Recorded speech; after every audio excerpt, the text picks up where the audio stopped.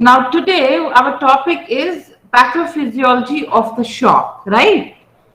Or I think that all of you must be knowing what do we mean by shock. What is shock? बहुत common terminology में बहुत बार बोलते हैं कि अरे उसे शॉक हुआ कि और या वो शॉक में चला गया। आप लोगों की वार्ड पोस्टिंग हुई है? आप लोगों की वार्ड पोस्टिंग होती है?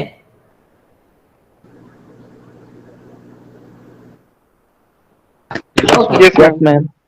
Okay fine. तो Yes, ma'am. बहुत बार सुना होगा कि डॉक्टर्स बोलते हैं कि अरे वो पेशेंट शॉक में चला गया, right? So let us see what is shock and what is the pathology of that.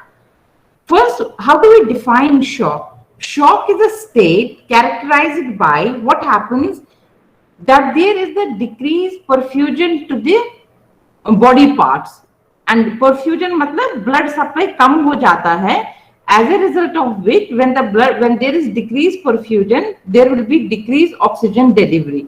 So that is the common definition of the shock, whatever be the type of the shock. लेकिन जो and result है, हर type के shock का and result एक ही है कि body की सेल्स को ब्लड परफ्यूजन कम हो जाएगा।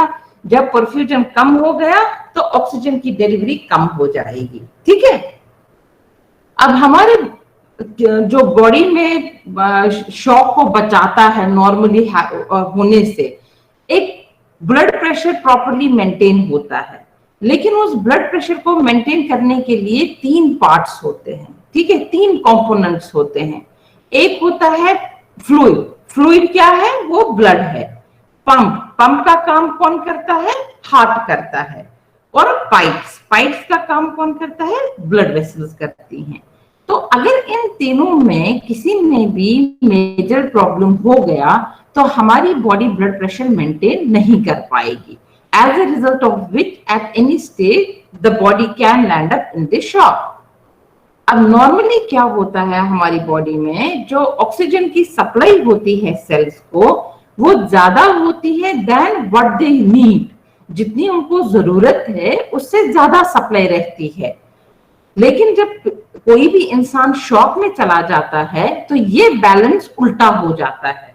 ऑक्सीजन की जरूरत सेल्स को ज्यादा होती है लेकिन ऑक्सीजन की डिलीवरी कम हो जाती है, ठीक है। नॉर्मली जो बैलेंस है वो ऑक्सीजन डिलीवरी की तरफ ज्यादा है, वो ज्यादा हैवी है। लेकिन शॉक में ऑक्सीजन कंजप्शन, ऑक्सीजन की रिक्वायरमेंट ज्यादा है लेकिन ऑक्सीजन की डिलीवरी कम है, ठीक है। अब किसी भी प्रकार का शॉक हो, क्योंकि शॉक के डिफरेंट टाइप्स होते हैं, मैंने जैसे कि बताया कि एंड रिजल्ट सबका एक ही है, जो इफेक्ट पड़ता है बॉडी का वो ऑलमोस्ट एक ही है।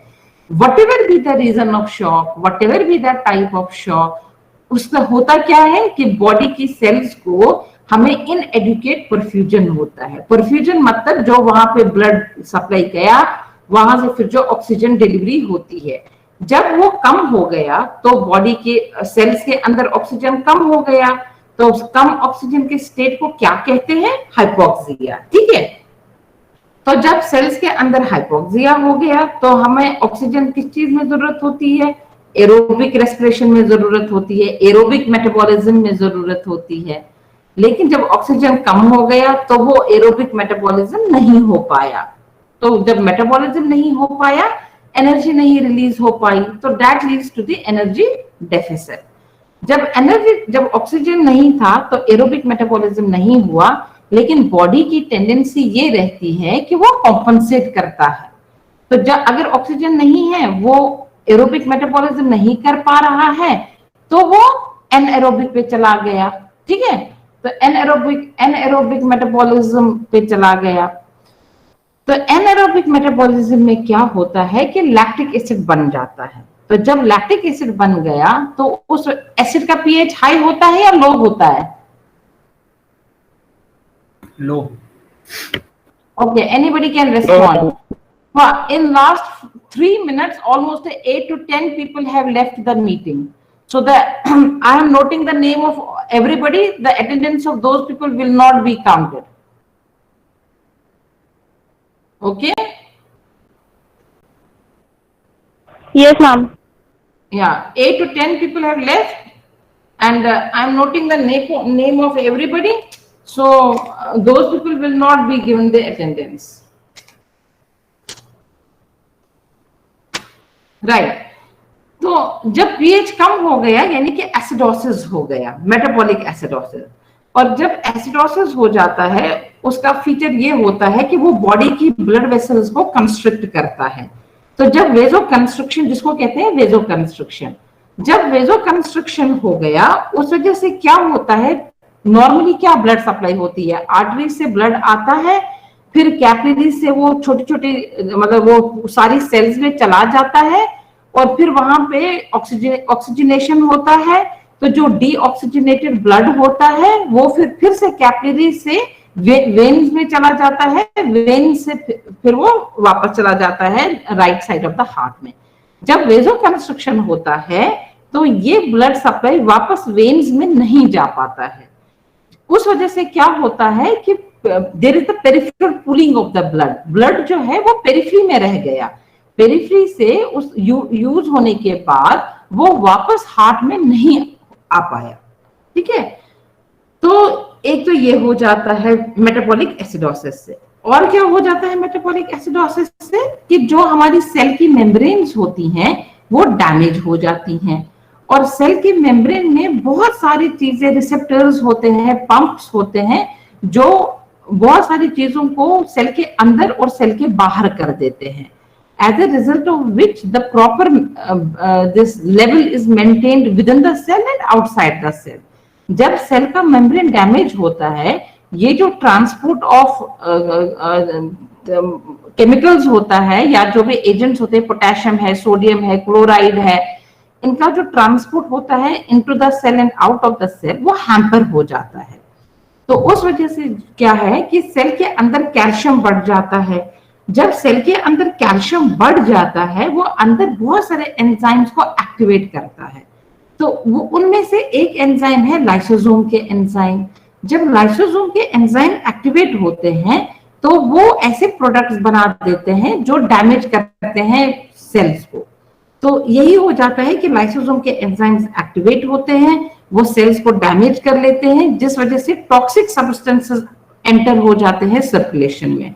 फिर जो है उस टॉक्सिक सब्सटेंसेस से बाकी सारे बॉडी पार्ट्स भी डैमेज हो जाते हैं। ठीक है, तो नेट रिजल्ट क्या है कि पहले परफ्यूजन कम हुआ जिसकी वजह से ऑक्सीजन कम हुआ, ऑक्सीजन कम होने की वजह से बॉडी में एनएरोबिक मेटाबॉलिज्म बढ़ गया, एनएरोबिक मेटाबॉलिज्म बढ़ने से लैक्टिक एसिडोसिस बन गया, लैक्टिक एसिडोसिस बनने के बाद जो है पीएच कम हो गया जिस वजह से वेजो कंस्ट्रक्शन हो गया, ब्लड सप्लाई वापस हार्ट में नहीं जा पाई, पेरिफेरल पूलिंग ऑफ ब्लड हो गया, और इस एसिडोसिस की वजह से सेल के मेम्ब्रेन्स डैमेज हुए जिस वजह से आयन ट्रांसपोर्ट डैमेज हुए, कैल्शियम अंदर बढ़ गया, अंदर कैल्शियम बढ़ने से लाइसोसोम के एंजाइम्स एक्टिवेट हुए और वो उन एंजाइम्स ने सेल्स को डैमेज किया जिस वजह से टॉक्सिक प्रोडक्ट्स बन गए, और वो टॉक्सिक प्रोडक्ट्स फिर सर्कुलेशन में चले गए और उन्होंने फिर सारी बॉडी पार्ट्स को डैमेज कर दिया। ठीक है,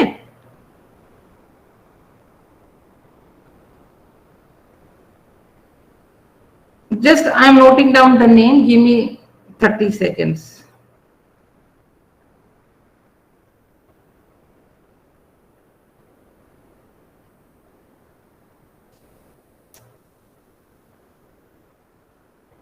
Right. So next is then what is the effect of this shock on different organs? ठीक है, हार्ट में क्या होता है, जब हार्ट में डैमेज हुआ there will be the decrease cardiac output, और जब कार्डियक आउटपुट डिक्रीज हुआ तो ब्लड सप्लाई बॉडी में सर्कुलेट नहीं हुआ जिस वजह से हाइपोटेंशन हो गया। जब हाइपोटेंशन हो गया तो उस वजह से जो है फिर से मतलब it is a vicious cycle, पहले हार्ट को थोड़ा डैमेज हुआ जिस वजह से कार्डियक आउटपुट कम हुआ, कार्डियक आउटपुट कम हुआ तो ब्लड प्रेशर कम हुआ, ब्लड प्रेशर कम हुआ तो फर्दर डैमेज हुआ हार्ट को। So it is a vicious cycle, ये बढ़ता ही जाता है। लंग्स में क्या हुआ, लंग्स में डैमेज हुआ, जब डैमेज हुआ तो गैस एक्सचेंज नहीं हुआ और उसमें इडिमा हुआ, और जब इडिमा होता है तो गैस एक्सचेंज फिर नहीं होता है, फिर से डैमेज एक्सपोनेंशियली बढ़ जाता है।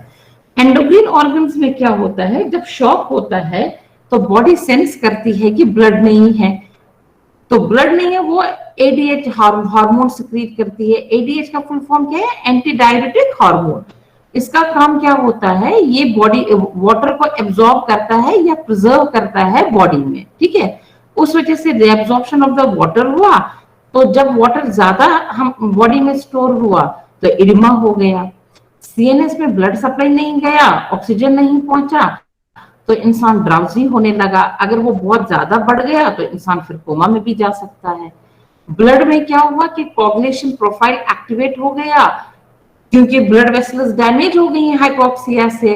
तो जब भी ब्लड वेसल डैमेज होती है तो कोगुलेशन प्रोफाइल एक्टिवेट हो जाता है, तो कोगुलेशन कैस्केड एक्टिवेट हुआ, जिस वजह से डिसेमिनेटेड इंट्रावास्कुलर कोगुलेशन हुआ, ठीक है, जिसको मतलब कि ब्लड के अंदर जो है कोगुलेशन, वेसल्स के अंदर कोगुलेशन होना शुरू हुआ। किडनी में क्या हुआ कि जब ब्लड सप्लाई कम हो गया, परफ्यूजन कम हो गया, तो यूरिन आउटपुट कम हुआ। जीआईटी में क्या हुआ कि इस्कीमिया, परफ्यूजन की वजह से इस्कीमिया हुआ, जिस वजह से म्यूकोजल लाइनिंग डैमेज हुई।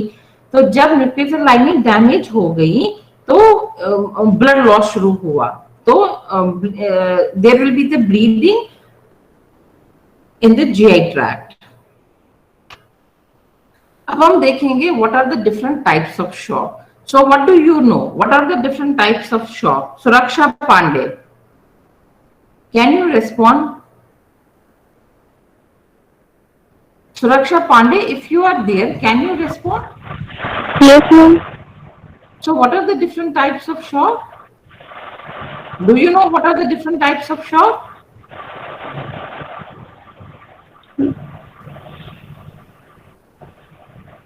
Do you know or not? Doesn't matter.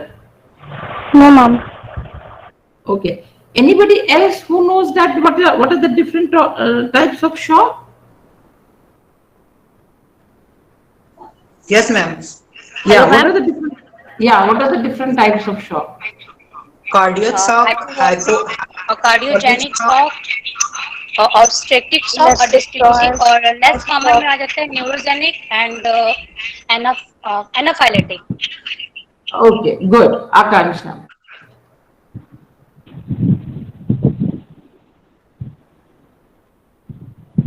Actually, I am noting the name also, so it is a little bit distracting.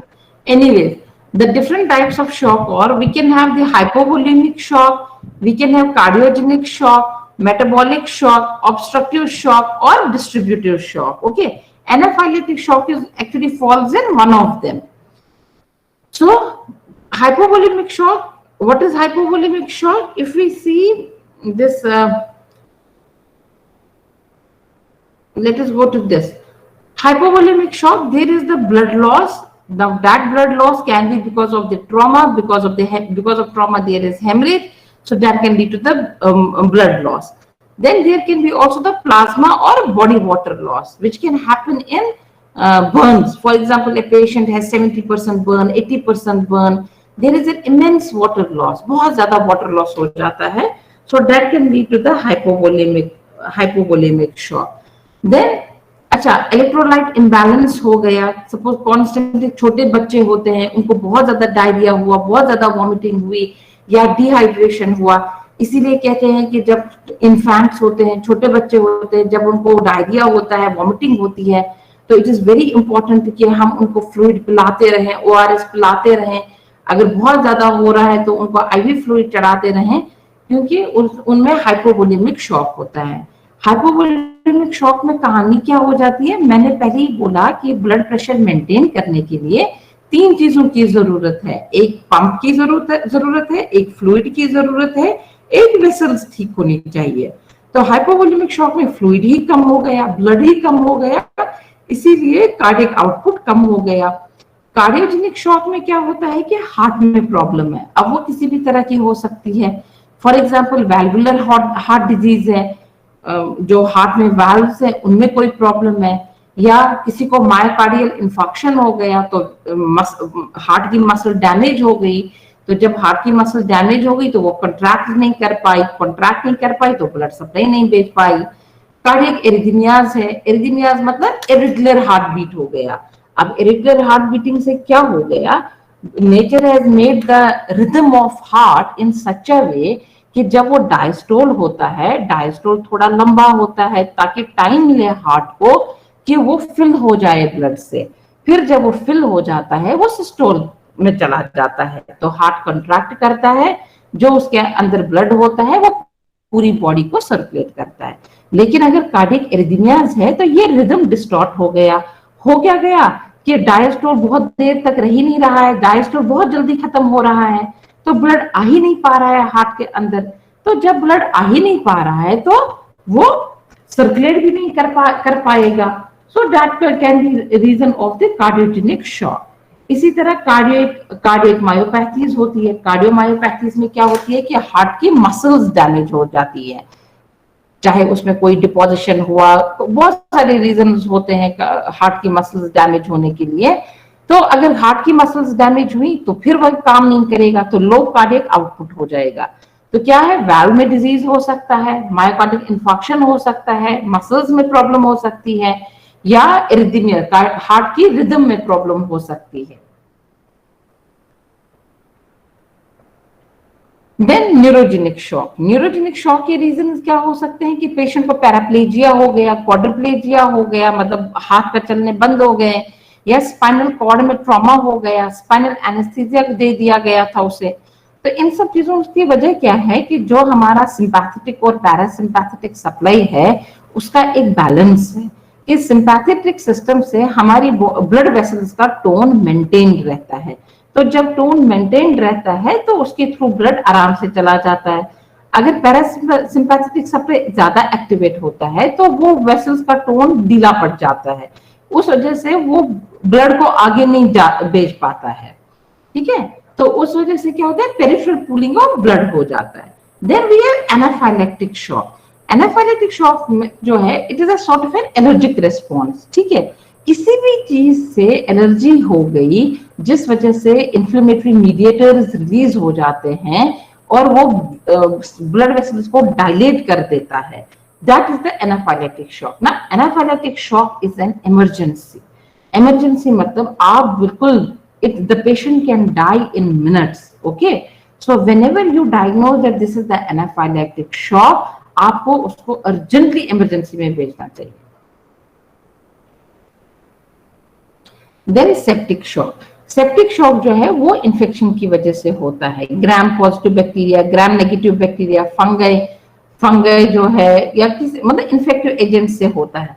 सबसे कॉमन कॉज जो है वो ग्राम पॉजिटिव बैक्टीरिया है। इन सेप्टिक शॉक में होता क्या है कि इन्फेक्शन हो गया, इन्फेक्शन अगर वो ब्लड सर्कुलेशन में इन्फेक्टिव एजेंट चला गया, बैक्टीरिया चला गया, या इन्फेक्शन की वजह से इंटरल्यूकिन, साइटोकाइनिन जो इन्फ्लेमेटरी मीडिएटर्स होते हैं वो सिक्रीट हो जाते हैं।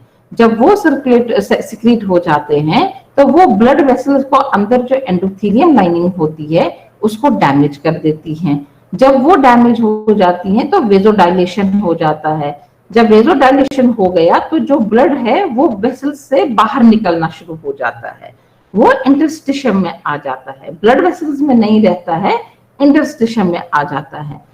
तो उस वजह से जो है फिर ब्लड रहता नहीं है ब्लड वेसल्स में, पेशेंट को एडिमा होता है, स्वेलिंग होनी शुरू हो जाती है, लेकिन ब्लड वेसल्स में ब्लड रहता नहीं है तो वो वापस हार्ट में जा नहीं पाता है।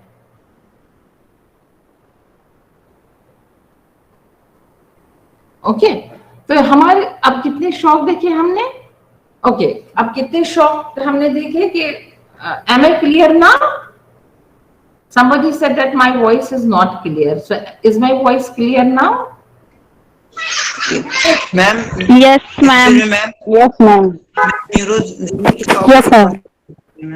Okay.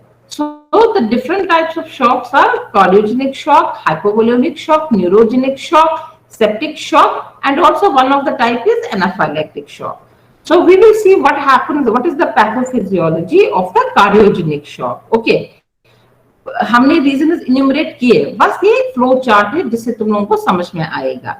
अगर स्ट्रक्चरल प्रॉब्लम क्या मतलब, वैल्व्स में प्रॉब्लम है, डिसइरिथमियाज मतलब एरिथमियाज है, प्राइमरी वेंट्रिकुलर इस्कीमिया मतलब मायोकार्डियल इन्फॉक्शन हो गया, ये किसी भी वजह से हार्ट का सिस्टोलिक फंक्शन नहीं हो पाता है।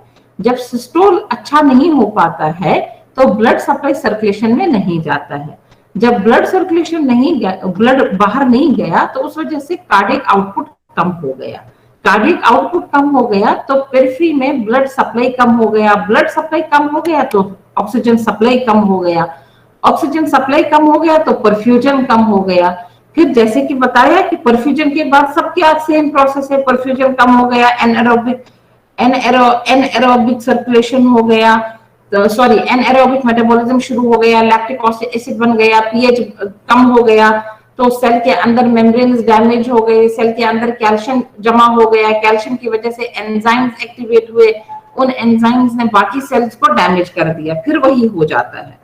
अच्छा, ये भी हो जाता है कि जब ऑक्सीजन सप्लाई कम हो गया, डिसएरिथमिया है, तो उस वजह से फिर मैंने बोला कि डायस्टोल में ब्लड भर नहीं पाता है।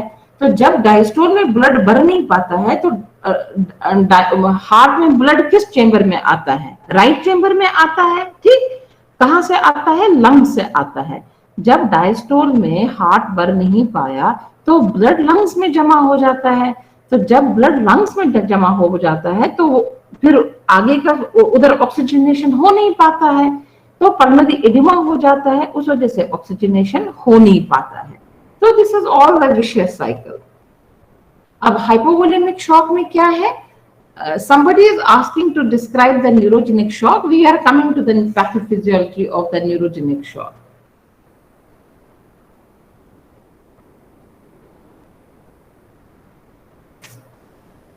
So this is the hypovolemic shock. अब hypovolemic shock जो है वो या तो वॉल्यूम कम हुआ एब्सोल्यूट या रिलेटिव। इसका क्या मतलब है कि एब्सोल्यूट कम हुआ, रिलेटिव कम हुआ? एब्सोल्यूट का मतलब ये है कि पेशेंट को ट्रॉमा हो गया या किसी भी वजह से, फॉर एग्जांपल जब डिलीवरी होती है तो बहुत सारी फीमेल्स का ब्लड लॉस बहुत हो जाता है, ब्लीडिंग कंट्रोल नहीं हो पाती है, या ट्रॉमा हो गया और रोड ट्रैफिक एक्सीडेंट हो गया तो उस वजह से जो है ब्लड लॉस हो गया। जब ब्लड लॉस हो गया तो एब्सोल्यूट हाइपोवोलीमिया हो गया। रिलेटिव हाइपोवोलीमिया का मतलब क्या है कि बॉडी से लूज नहीं हुआ लेकिन वो ब्लड वेसल्स से लूज हुआ, because of any reason peripheral pooling हो गई तो वो इंटरस्टिशियल में आ गया लेकिन ब्लड वेसल्स में कम हो गया। That is the relative hypovolaemia.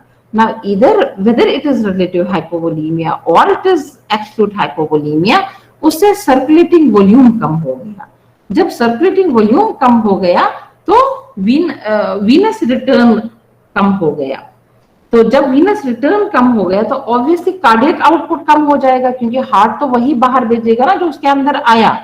तो जब कार्डियक आउटपुट कम हो गया तो फिर वही कि सर्कुलेशन कम हुआ, परफ्यूजन कम हुआ, again the same story. Now somebody was asking about the neurogenic shock. तो neurogenic shock में क्या होता है? हमारी बॉडी में दो तरह का सिस्टम है, नर्वस सिस्टम, पेरिफेरल इसको सिस्टम को जो कंट्रोल करता है। एक को कहते हैं सिंपैथेटिक नर्वस सिस्टम, दूसरे को कहते हैं पैरासिम्पैथेटिक। सिंपैथेटिक जो है वो कॉन्ट्रैक्ट करता है, पैरासिम्पैथेटिक रिलैक्स करता है ब्लड वेसल्स को। ठीक है, तो जब अगर किसी भी वजह से सिंपैथेटिक सिस्टम डैमेज हो गया तो उस वजह से क्या हो गया? ब्लड वेसल्स का टोन कम हो गया। जब ब्लड वेसल्स का टोन कम हो गया वो डायलेट हो गई। जब ब्लड वेसल्स डायलेट हो गई तो ब्लड प्रेशर गिर गया। ब्लड प्रेशर जब कम हो गया तो उसमें फिर वीनस रिटर्न कम हो गया। वीनस रिटर्न कम हो गया तो हार्ट में सप्लाई कम हो गया। हार्ट में सप्लाई कम हो गया, कार्डियक आउटपुट कम हो गया, फिर से ब्लड सप्लाई बॉडी को कम हो गई, तो again the tissue perfusion decreases and the process starts. तो ठीक है, तो न्यूरोजेनिक शॉक में सिंपैथेटिक टोन खत्म हो गया। सिंपैथेटिक टोन की वजह से जो है ब्लड वेसल्स डायलेट हो गई। ब्लड वेसल्स डायलेट होने की वजह से वीनस रिटर्न कम हो गया। वीनस रिटर्न कम होने की वजह से फिर कार्डियक आउटपुट कम हो गया।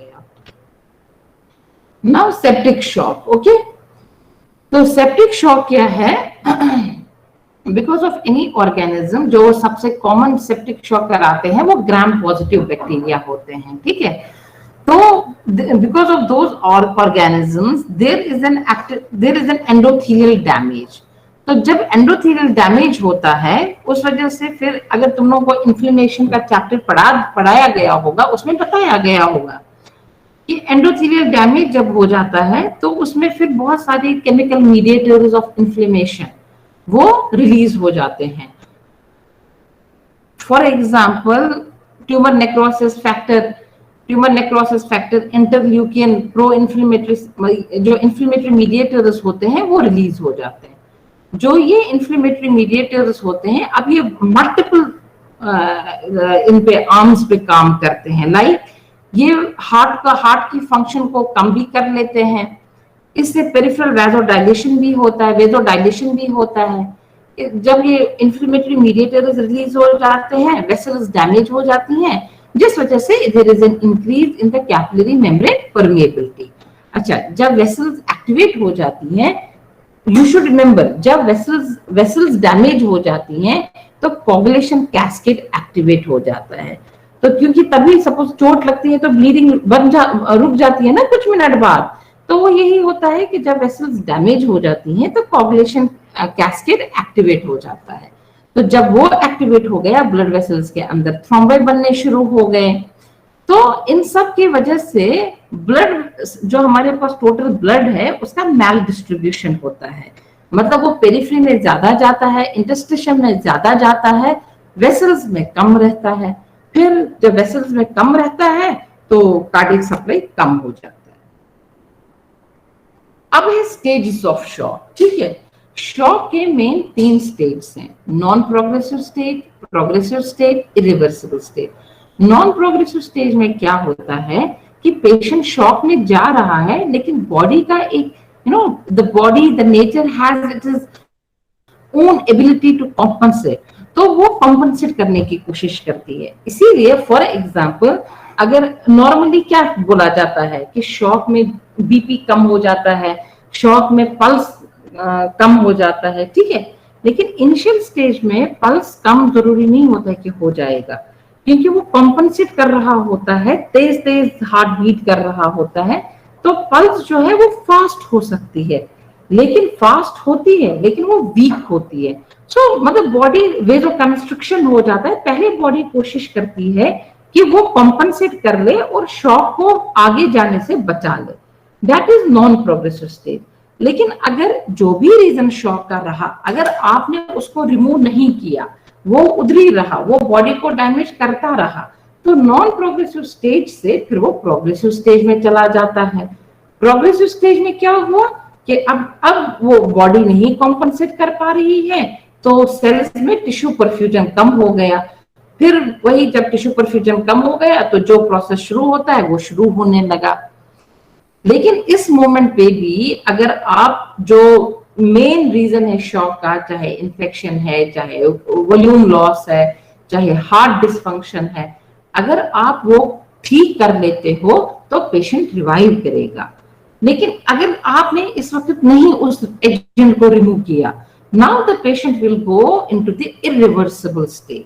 इरिवर्सिबल में क्या हुआ कि आपने अब अगर जो इटियोलॉजिकल एजेंट था जिस वजह से शॉक था, अगर आपने वो रिमूव कर भी लिया लेकिन पेशेंट को अब रिवाइव होने के चांसेस बहुत कम है क्योंकि इतना डैमेज हो गया है उसके सेल्स कि वो अब रिवाइव नहीं हो सकता है. ठीक है, तो क्या है 3 स्टेजेस ऑफ शॉक? एक है नॉन प्रोग्रेसिव, एक है प्रोग्रेसिव, एक है इरिवर्सिबल. नॉन प्रोग्रेसिव में बॉडी कॉम्पनसेट करती है तो बहुत डैमेज नहीं होता है. प्रोग्रेसिव में डैमेज होना शुरू हो गया है और अगर आप उसको ठीक नहीं करोगे, इटियोलॉजिकल एजेंट को रिमूव नहीं करोगे तो वो आगे बढ़ेगा. इरिवर्सिबल में इतना डैमेज हुआ है कि अब अगर आप इटियोलॉजिकल एजेंट हटाओगे भी तो तब भी जो है पेशेंट को मरने के चांसेस है. अब हम डायग्नोसिस कैसे बनाएंगे शॉक का, ये इंपॉर्टेंट है. ठीक है, पहले हम हिस्ट्री लेंगे. सपोज आपको पेशेंट हिस्ट्री दे रहा है कि भाई ट्रॉमा हो गया, ब्लीडिंग हो गई, तो ठीक है, आप फिजिकल एग्जामिनेशन करोगे, आप ब्लड प्रेशर देखोगे, आप पल्स देखोगे, आप पेरिफ्रीज को फील करोगे. पेरिफ्रीज जो है वो कोल्ड होती हैं, नॉर्मली पेरिफेरीज वार्म होनी चाहिए। फिर आप ब्लड सैंपल निकालोगे, ब्लड सैंपल में देखने की सबसे ज्यादा जरूरत है कि लैक्टेट कितना है, एलडीएच कितना है, सोडियम पोटेशियम जो ये होते हैं, तो क्या ये ठीक है, इनका लेवल ठीक है ब्लड में। फिर ईसीजी कराओगे कि हार्ट इसका ठीक फंक्शन कर रहा है या नहीं। चेस्ट एक्सरे कराओगे, उसमें देखोगे कि पेशेंट को पल्मोनरी एडिमा तो नहीं है। फिर उसको मॉनिटर करोगे, बीपी और पल्स वल्स ये मॉनिटर करोगे। अच्छा, जो भी शॉक का पेशेंट होता है वो ठीक नहीं हो सकता है अगर आप सिर्फ उसको सिम्टम्स ठीक करोगे। शॉक के पेशेंट को मल्टीपल तरह से आपको इंटरवीन करना है, तभी ठीक होना है। जिस वजह से शॉक है वो रिमूव करना है। फिर जो सेल्स जिस पार्ट को उसने डैमेज किया है उसको प्रिवेंट करना है, किडनी को प्रिवेंट करना है। वॉल्यूम अगर हाइपोवोल्यूमिया की वजह से है तो किडनी को प्रिवेंट करना है, आप वॉल्यूम बढ़ा दो, नॉर्मल सलाइन चढ़ा दो, ठीक है। उसके बाद हार्ट का फंक्शन सही नहीं है तो आयनोट्रॉप्स दे दो, सपोज एड्रेनलिन दे दो, जिससे हार्ट का फंक्शन स्ट्रांग हो जाता है। तो आपको वो भी करना है, आपको फर्दर डैमेज भी प्रोटेक्ट करना है।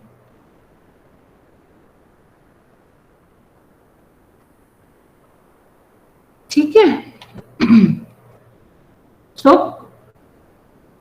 तो अगर septic main mode of treatment for shock specially septic, hypovolemic या एनाफाइलेक्टिक, उसका एक कम से कम इमरजेंसी मोड ऑफ ट्रीटमेंट जो है आप नॉर्मल सलाइन चढ़ा दो पेशेंट को, ठीक है।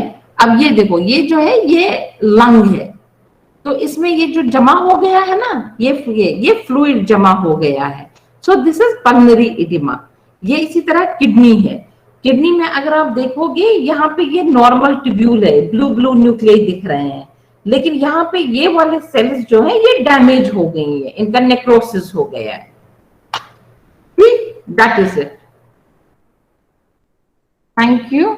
सो we saw how do you define shock, what are the different types of shock, what is the pathophysiology of the shock, what is the effect of the shock on the different organs। फिर थोड़ा बहुत आप patient को evaluate कैसे करोगे और patient को manage कैसे करोगे, ठीक है।